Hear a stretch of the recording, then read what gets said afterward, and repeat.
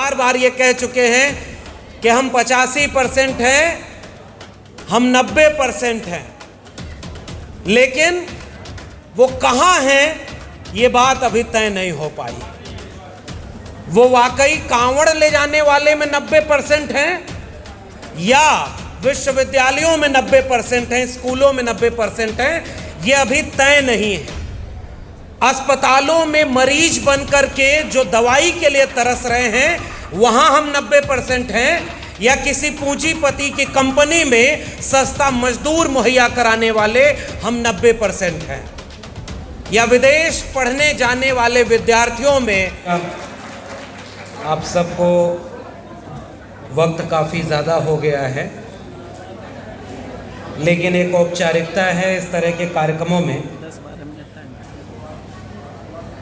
बहुत सारी बातें बोल दी गई हैं और बहुत सारी बातें आप सब बहुत बार सुन चुके होंगे।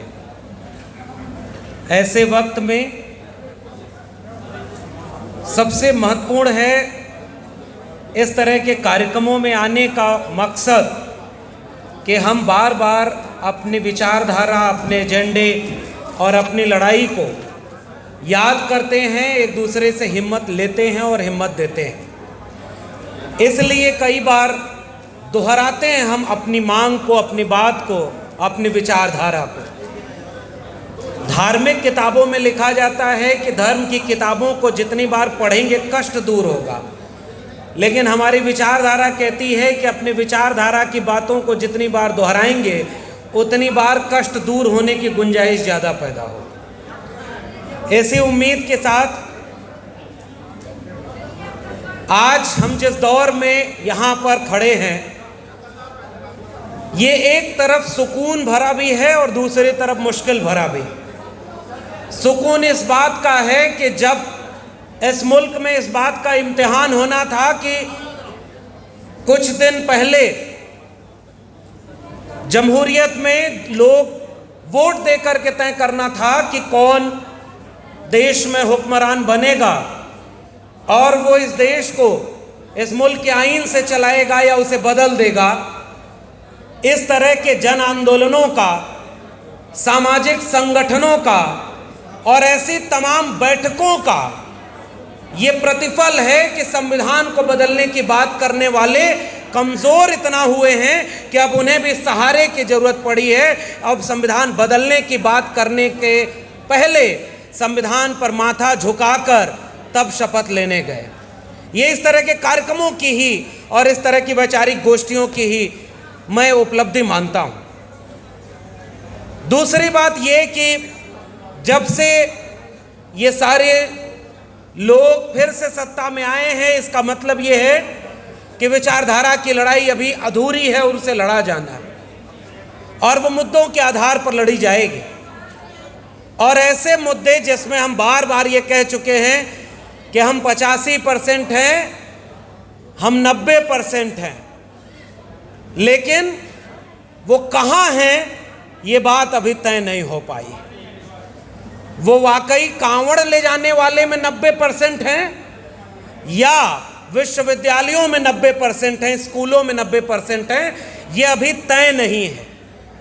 अस्पतालों में मरीज बनकर के जो दवाई के लिए तरस रहे हैं वहां हम 90% हैं, या किसी पूंजीपति की कंपनी में सस्ता मजदूर मुहैया कराने वाले हम 90% हैं, या विदेश पढ़ने जाने वाले विद्यार्थियों में हम 90% हैं, या इस देश को चलाने वाले अधिकारी, कर्मचारी और प्रोफेसरों में हम 90% हैं। ये पता नहीं है, इसीलिए हम कहते हैं कि इस देश में सबसे पहली चीज़ अगर कोई होनी चाहिए तो वो जातिवार जनगणना होनी चाहिए। एक बार जनगणना हो जाए ताकि पता चले कि कौन कहाँ किसका हिस्सा लिए हुए है और कौन कहाँ कितने में गुजारा कर रहा है।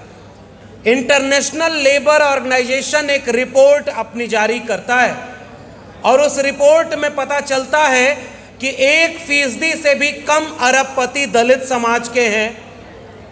1% के तकरीबन ओबीसी दलित मिलाकर हैं और आदिवासी एक भी अरबपति नहीं है। फिर हम जानना चाहते हैं कि वो अरबपति कौन है।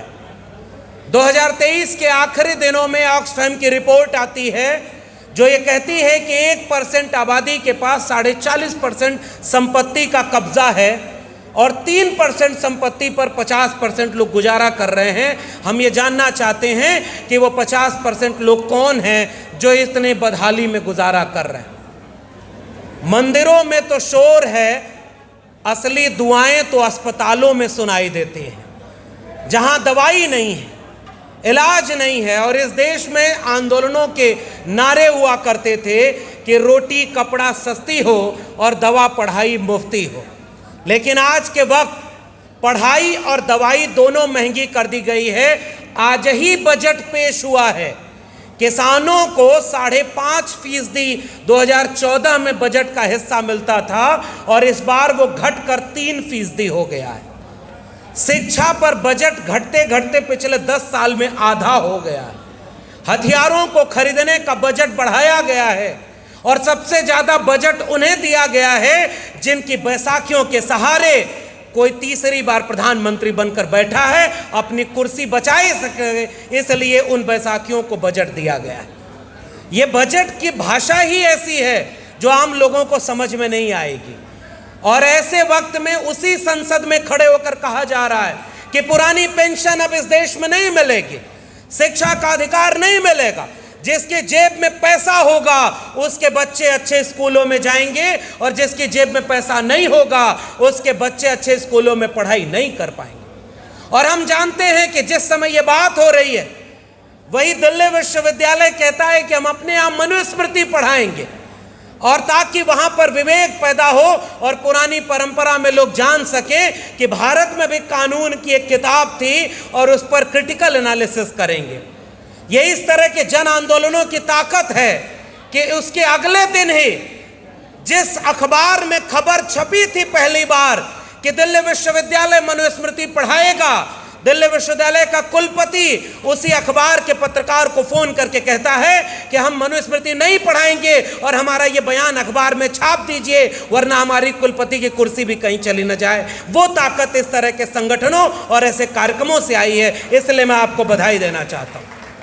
वरना आज वो मनुस्मृति का फैसला बेशक वापस ले लिए हैं, लेकिन इतना याद रखिए उनके दिलों में मनुस्मृति है। वो बाबा साहब के संविधान को नहीं मानते, किसी और रास्ते वो मनुस्मृति लागू करेंगे।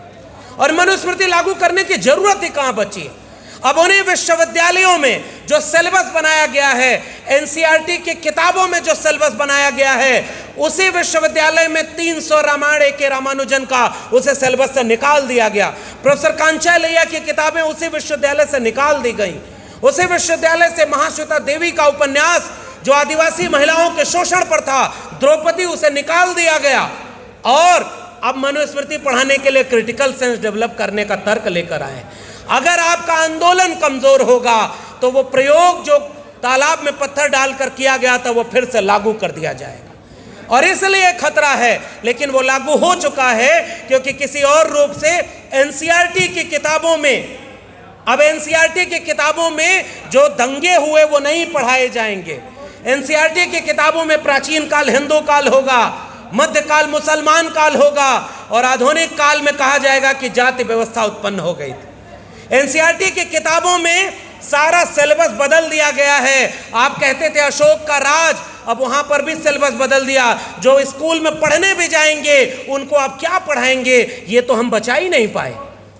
और इससे ईडब्ल्यूएस आरक्षण कहीं लागू ना हो, बैकलॉग मिल जाएगा ईडब्ल्यूएस में। और आज के तारीख में बड़े बड़े कोचिंग मास्टर जो मोटिवेशनल स्पीकर बने हुए हैं वो किसी इंटरव्यू में कहते हैं कि ओबीसी के लोगों ने दुरुपयोग किया है आरक्षण का, शेड्यूल्ड कास्ट और शेड्यूल्ड ट्राइब के लोगों ने दुरुपयोग किया आरक्षण का और ईडब्ल्यूएस पर कोई बात नहीं करते।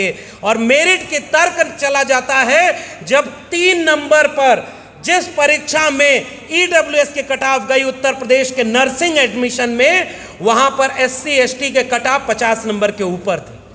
जो कल तक मेरिट की बात करते थे उनका ईडब्ल्यूएस की कटाव सबसे नीचे आ गई, लेकिन उनके लोग सत्ता में हैं, इसलिए जिन वैकेंसीज में ओबीसी को 27% की बजाय 7% आरक्षण मिल रहा है, वहां ईडब्ल्यूएस को 10% की बजाय 20-25% आरक्षण मिल रहा है, क्योंकि वो सत्ता में बैठे हैं। और अब उन लोगों ने आरएसएस के लोगों को प्रोफेसर बनाया, कुलपति बनाया, प्रिंसिपल बनाया, अधिकारी बनाया, और अब एक फरमान जारी कर दिया है कि अगर आप आरएसएस के हैं तो किसी भी कार्यक्रम में जा सकते हैं, अब आपकी नौकरी नहीं छीनी जाएगी। पता लगाना कि बहुजन महानायकों की बात लिखने पर इस देश में कितने लोगों की नौकरी छीन ली गई है। अब ये देश ऐसे बढ़ता जा रहा है। आरएसएस के लोगों को पहले देश के हर संस्थान में भर दिया गया, और अब उनकी रोक हटा दी गई कि आरएसएस के लोग कहीं भी जा करके अपने विचारधारा का प्रचार कर सकते हैं। इसलिए अब इस देश में सीधी लड़ाई है। मुसलमानों को टारगेट करने के लिए नेम प्लेट लगाया जाएगा। तो मैं तो कई बार ये सोचता हूं, आम बेचने का ठेला लगाने वाला अगर नेम प्लेट में लिखा होगा कि ये अभिषेक की दुकान है, तो वो आम कैसे बताएगा कि बाग अकरम की थी जिससे वो आम तोड़ करके अभिषेक बेच रहा था। ये आम के पास तो मुंह नहीं है कि वो बताएगा कि किसके हाथ से दूध चल करके उस चाय की दुकान तक पहुंचा है। ये तो एक फर्क जो आर्टिकल 1956 में छुआछूत निरोधक अधिनियम बनाया गया, अब तो फिर से ये छुआछूत लागू करने की बात करते हैं। इसलिए क्योंकि वो मुसलमानों के खिलाफ सामने दिखते हैं, वो इस देश के दलितों और पिछड़ों के खिलाफ हैं। इस बात को हमें कहना होगा, और हम मुसलमानों के खिलाफ जो कार्रवाई होगी उसमें भी खड़े होंगे और ये बताएंगे कि किसी दुकान पर किसी धोबी पासी की, किसी निषाद मल्लाह की, किसी कुर्मी कोयरी अहिर की अगर जाति लिखी होगी तो बताओ उनकी शुचिता भंग होगी कि नहीं होगी। इसलिए ये अपने मन में मनुस्मृति लागू किए हुए हैं, बाकी जगहों पर भी उसी को आरोपित कर रहे हैं कुर्सी बचाने के लिए। इसलिए मैं आपसे ये गुजारिश करना चाहता हूं कि अगर इस देश में आज की तारीख में सबसे पहली कोई जन आंदोलन की मांग बननी चाहिए तो वो कास्ट सेंसस होना चाहिए, जातिवार जनगणना होनी चाहिए, और जातिवार जनगणना ही देश को बचाएगी, और जातिवार जनगणना से ही सबको सबके हिस्से का हक मिलेगा। और ये हकमारी जब तक हम नहीं बचा पाएंगे तब तक इस देश का कुछ नहीं हो सकता। और मैं आखिर में एक छोटी सी कविता पढ़ना चाहता हूँ, और इसी में पैगाम हमारा है कि हम क्यों बार बार इस तरह के कार्यक्रमों में आते हैं। हमने कलम किताब हाथ में ली तो हम यहाँ तक पहुँच सके। ये अलग बात है कि हम आरएसएस के कैडर नहीं थे तो नौकरी से निकाल दिया, मगर उनको लगा था कि नौकरी से निकाल देंगे तो डर के चुप हो जाएगा। हम तो ये सीख करके आए थे कि जुल्म के साये में लब खोलेगा कौन, और हम भी चुप रहे तो फिर बोलेगा कौन। इसलिए क्योंकि इसी कलम और किताब से हम यहाँ तक पहुँचे हैं। सवाल किसी एक लक्ष्मण यादव की नौकरी का नहीं है, सवाल ये है कि अब इस देश में आधे % से भी सरकारी नौकरियां कम बची हुई हैं, बाकी सब तो प्राइवेट हो गई, तो फिर नौकरी करेंगे कहां पर। इसलिए मैं आपसे जाते आते गुजारिश करना चाहता हूं कि बहुत सारे लोग बांटने के लिए तैयार हैं, हम मिल करके एकजुट होकर के, बहुजन समाज के लोग एकजुट होकर के संविधान को बचाने के लिए न्यूनतम सहमति पर, अधिकतम सहमति पर नहीं, वरना हम लोग तो तराजू लेकर तौलते हैं कि कौन शुद्ध अम्बेडकरवादी, कौन शुद्ध सामाजिक न्याय की बात करने वाला। न्यूनतम सहमति पर अधिकतम एका बनाइए, वरना लड़ने के बहाने हमारे बीच 1000 मिलेंगे, जोड़ने के बहाने अगर एक मिल जाए तो उसी के बहाने जुड़ जाएं, और जिम्मेदारी हमारे ऊपर सबसे ज़्यादा है। मैं एक आखिर में शेर कह के इसी के साथ अपना पैगाम आप तक पहुंचाना चाहता हूं कि यार मक्तल से बहरहाल गुजरना होगा, यार मक्तल से बहरहाल गुजरना होगा, बच गए हम तो किसी और को मरना होगा, बच गए हम तो किसी और को मरना होगा। टाल देने से कोई मसला हल नहीं होता, एक न एक दिन कोई फैसला लेना होगा। अगली नस्लों को बर्बादी से बचाने की खातिर जो भी करना है इसी नस्ल को करना होगा। बहुत बहुत धन्यवाद। बहुत बहुत धन्यवाद सर। अभी हमारे पास